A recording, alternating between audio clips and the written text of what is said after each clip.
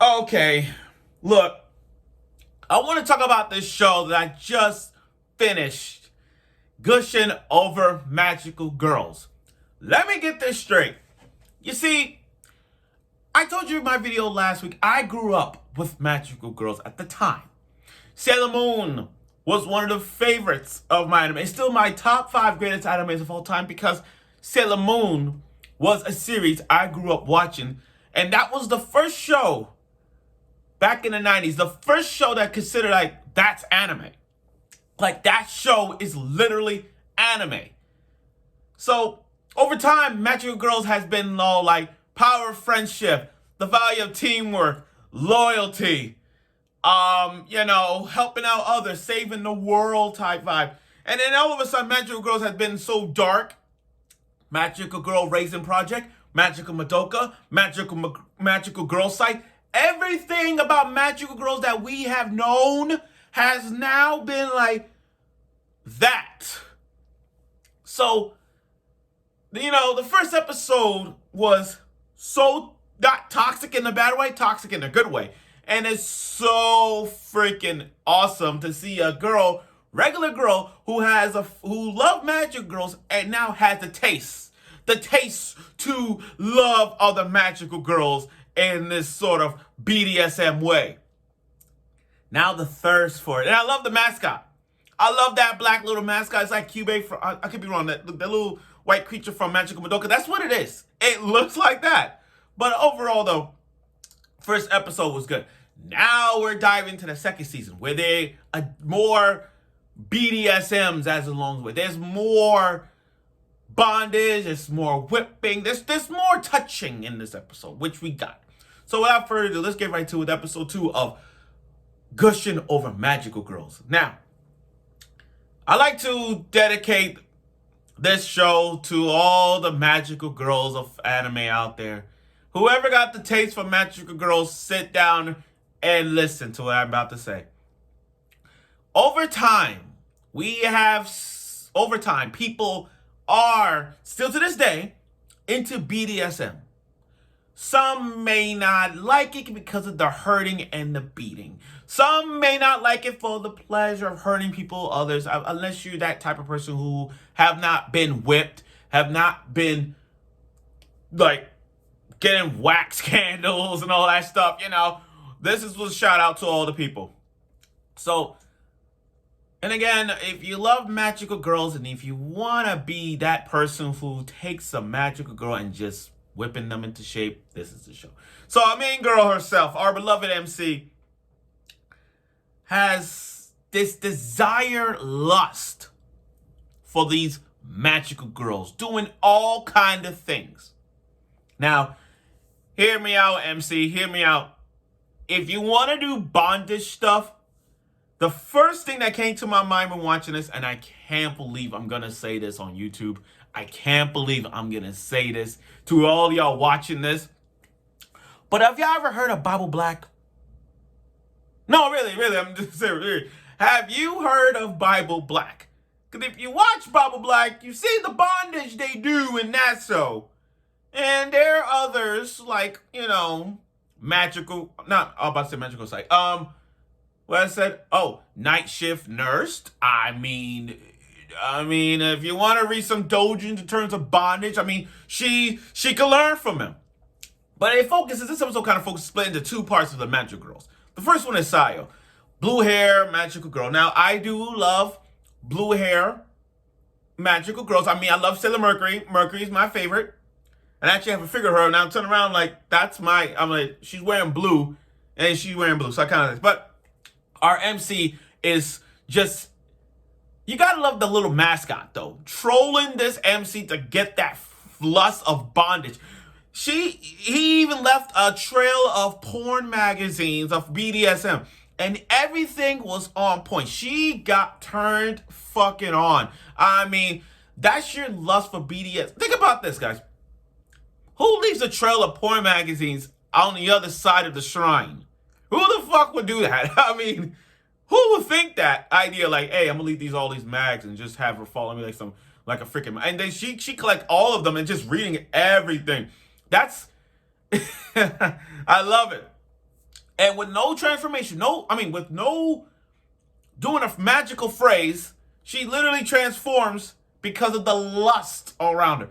Now we get to the Sayo part. You put the mask on, and for this part here, you will need headphones. Close your door, and listen to the moaning that she had did to Sayo. Literally. Put the mask on her face, can't even see. Then just feeling every part of her body top to bottom. I'm pretty sure all y'all got turned on for this. And for those of you who watch and love BDSM type vibes, go watch this show. Anyway, we ain't done yet. We are not done yet. After that point, it was all like, oh my God. You think about, first episode was all tentacles and tickling play. They level, now we gotta bring it up more. Now we gotta bring it up a little higher. We gotta bring up more BDSM vibes so everybody can get into it. And that's what we got. So after defeating the blue hair magical girl, we now focus on the yellow magical girl. But here's the twist. A name. Villains gotta have a name. When you're in the world of magical girls, you gotta have a freaking bad name. Now her name, Musica Brett Brizer, I can't say her name right, but I like that name. Magica Bruiser or Brizer. It's one of the two. But I get the name of it because she liked to abuse the magical girls. So Thresh Magica. So that makes sense as to why she did all this. Now, we focus on the yellow one. The yellow magical girl. Talk about leveling up the playing field with the BDSM vibe. Using wax to burn. I don't know. Here's the thing. After watching that part, I don't know what it is with people using hot wax and burning their body with it. I'm just saying. I've never been in that. I never had hot wax in the body, but I'm just saying. You guys are professionals when it comes to BDSM. How do y'all handle that? How do y'all put waxes in the body? Do people like the pain of that? Like the melted wax on the body? It just stings like that. That's how crazy that is. I'm like, what the?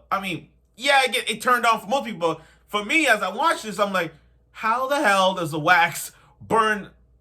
How do people get turned on by pouring hot wax on it?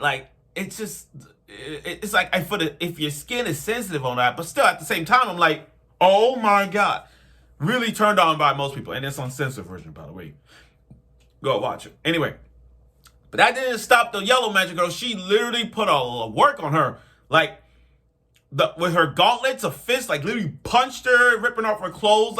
This was literally like Sekirei. You know how Sekirei is? When the girls fight in Sekirei, their clothes get ripped off. That's what we got in this one. Her clothes got ripped off. I'm like, oh my God, we're having a Sekirei moment.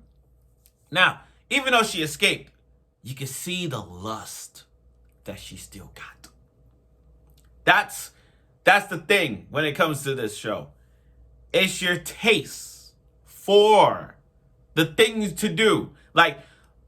Plot-wise, it's really great because the entire purpose of Gushing of a Magic Girls is just BDSM as the focal center. Here's the Venn diagram.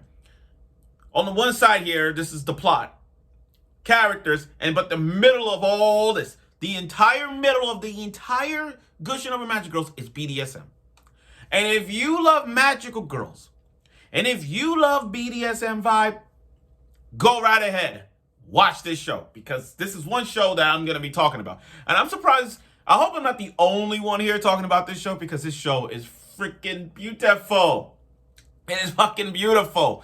I'm not turning away. And then they showed the new character above it, which I'm not surprised because they show her I'm not surprised. So I'm actually looking forward to make her debut. And like her, she going to be working with her. So that's going to be a new partner is added. And who knows? They might go over the top. Maybe. I haven't read the manga. And I like the comment, though. I got this gut feeling that it's going to be maybe a threesome. A threesome BDSM. I don't know why, but I feel like it's going to happen. One way or another. I feel like it is.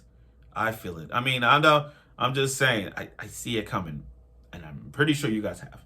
But anyway, I like this episode because, again, that little black creature is so... That little creature is so cunning. So slick with his ideas. Always he's lying about, oh, the magic girls are evil, but he made all that up. I like that little mascot because that little mascot got more tricks up his sleeve, and I can't wait to see more of that trick. Now, as for our beloved MC, you know, I got a message for her, and it's go like this. You want to study more BDSM? Go watch Bible Black or any other BDSM vibe that y'all know in the past, like when they did with Blend S scenes like that. But there's more. There's more. Or watch, read Eden Zero if you know what I mean. Or Fairy Tale, they have that kind of vibe. I'm just naming shows that have some BDSM purposes for her to read and watch. That's just many things to look upon. And like I said, for all these other episodes, we're gonna see more of leveling up the playing field in this fan service vibe of Gushing over Magic Girls. And this year, like I said, and I'm gonna keep saying it, 2024 is gonna be a somewhat more fan service, more like best girl vibes all over again, and it's gonna be epic. Oh, ecchi, fan service, you name it. It's gonna be a lot. So I look forward for next week's episode of Gushing over Magical Girls, and I'm sure you will.